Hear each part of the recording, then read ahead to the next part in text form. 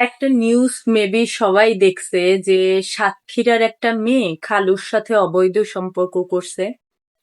তো এই নিউজটার ভিতরে আমার সব থেকে বেশি নজর গেছে মেয়েটার খালার উপর, মানে ওই লোকটার ওয়াইফের উপর, যেখানে ও লিটারেলি ওই মেয়েটা ওই লোকটার জন্য যুদ্ধ করছে, মানে সবার সাথে লড়াই করছে।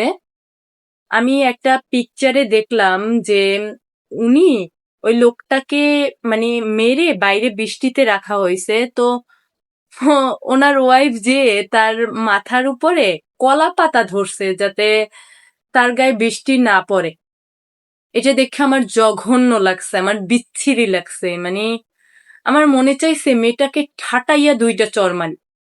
কারণ সে এই কথাটা বলছে যে এর আগেও যে সে কত কিছু করছে, কিন্তু আমি কারোর কাছে বলি নাই। তুমি বলো নাই দেখেই আজকে এই পর্যায়ে গেছে কথাটা। ওই মেয়েটার অবশ্যই দোষ আছে, তোমার ভাগ্নির অবশ্যই দোষ আছে, কিন্তু সে এখনো বয়সে ছোট। এই বিষয়গুলো ওনার বোঝা উচিত ছিল। তবুও মেয়েটা দোষ করছে, 15 বছরও যথেষ্ট বয়স। কিন্তু তুমি চিন্তা করো, তোমার বোনঝির সাথে তোমার হাজবেন্ড এই সম্পর্কটা করছে, আর তুমি তাকে বাঁচাইতেছো। হ্যাঁ, তো কথাটা এটাও না। কথাটা হইল যে এইরকম নিচে নেমে ভালোবাসতে কেবল মেয়েরাই পারে।